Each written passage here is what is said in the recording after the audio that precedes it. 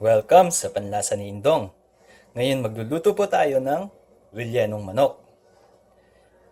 Natanggal ko na po yung buto niya. Tuturo ko po sa inyo pag natapos ko papakita yung mga recipe. Ito po yung mga ingredients na kailangan. Whole chicken, ground pork, ground chicken, red and green bell pepper, carrots, onion, raisins, sesame oil, lemon, Maggi seasoning, soy sauce, garlic, black pepper, egg, boiled egg, and hot dog. Next na gagawin natin, ihalo po lang po natin yung mga ibang recipes. Start ko po sa ground pork, yung ground chicken,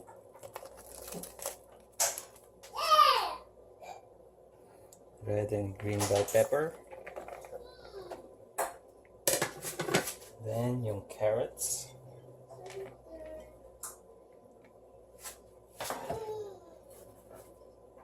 then yung onion,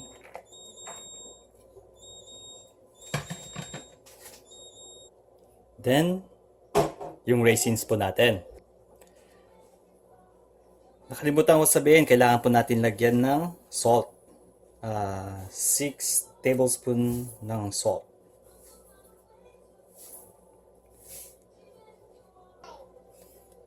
And sugar.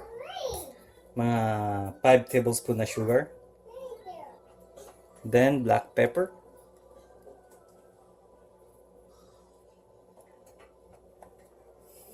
Then pwede na po natin lagay yung itlog.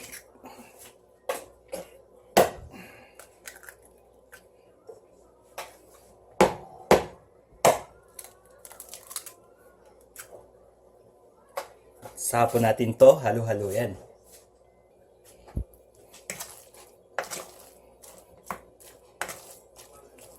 Okay, after natin mahalo to, let's go to the next step.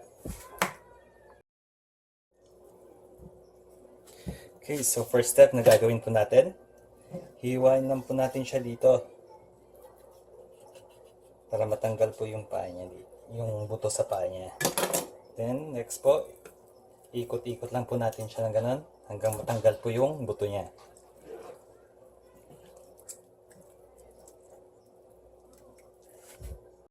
So ayan po, matanggal na yung buto niya. Ganun din pong gagawin natin sa kabila. Okay, next step, hiwain po natin siya dito. Tatanggalin lang po natin yung buto-buto. Kailangan wag nyo pong isasagad masyado sa skin. Sagad po natin sa may buto niya. Yan po.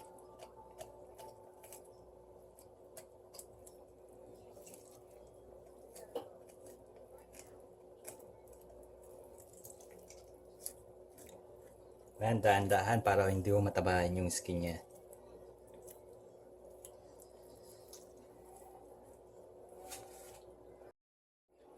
Okay, pag natanggal po natin ng konti dito sa itaas niya, baliktarin lang po natin. Then, saka po natin dito hiwain. Para matanggal po yung nandito rin. Yung matigas na part po dito.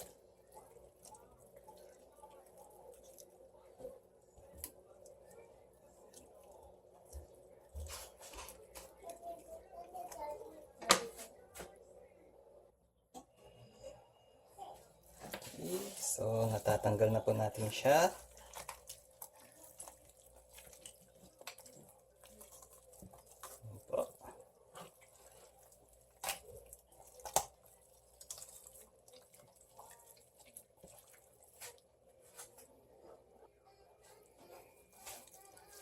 Okay, so ito po, natanggal na po natin siya. Ayan. Ito, iwan lang po natin to. Kung may nakita pa po kayong mga nafe-feel nyo may buto pa, kailangan tanggalin po yan. Then, ito po, pwede po natin gawing chicken stock, chicken broth.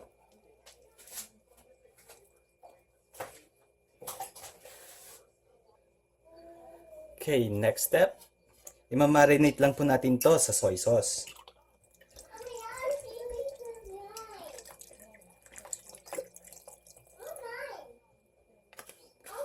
Soy sauce, sesame oil. Then, lagyan po natin ng bawang.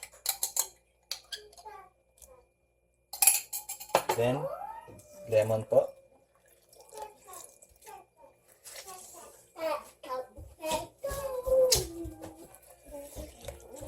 Okay. Okay, then imimix po natin to. Pwede nyo rin pong haluin yung soy sauce ng seasoning Maggi. Mas masarap po to.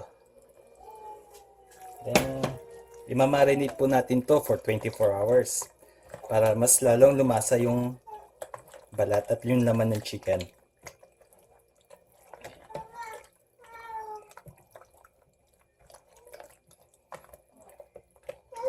Okay.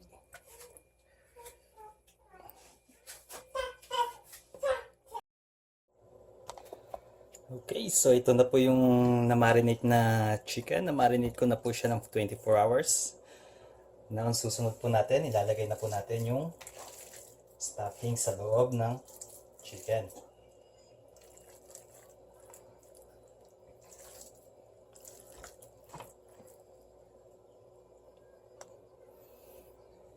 Then, ilalagay po natin yung hotdog sa loob.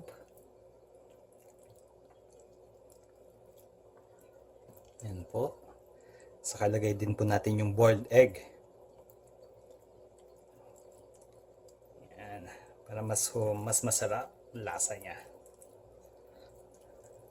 At saka magandang tignan pag naluto.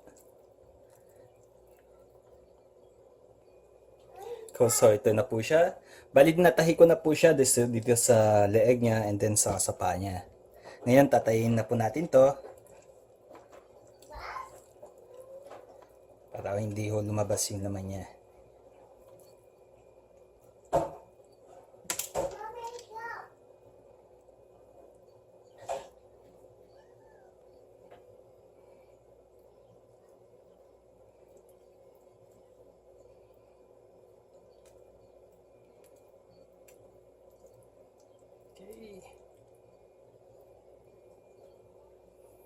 Okay, so next na gagawin natin, lalagay lang tayo ng foil sa pan.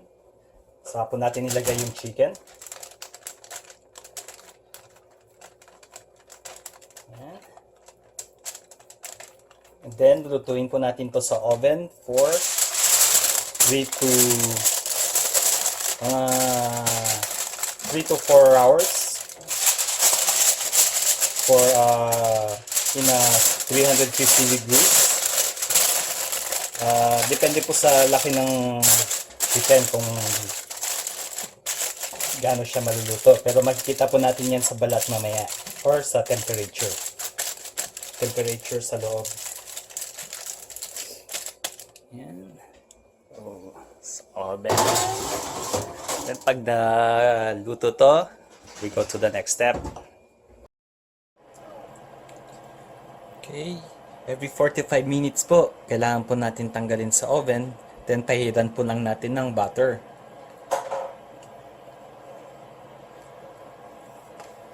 Para ho, mas malasa at masarap at hindi po mapunit yung balat niya. Then, saka po natin ulit ibabalik sa oven. Okay, pag may naiwan po kayong ground pork, pwede nyo pong gawin tong embutido. So, ito po yung binalot ko na po siya sa foil. Ngayon, i-steam ko lang po siya for maybe 1.5 hour. Okay. After 4 hours po natin na i-bake. Ngayon, check po natin kung luto na.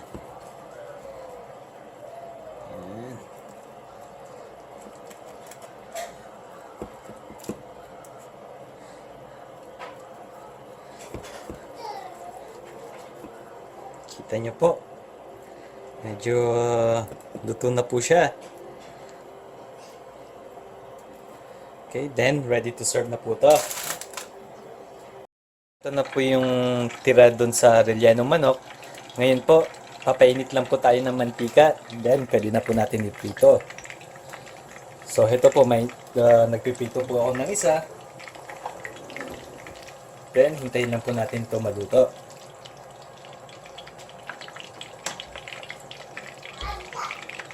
After po natin na iprito, ito na po yung kakalabas ng embutido. Ito po yung galing sa tira doon sa rellenong manok po natin. Pang ingredients na gusto nyo po malaman, pumunta lang po kayo sa Panlasa ni Indong.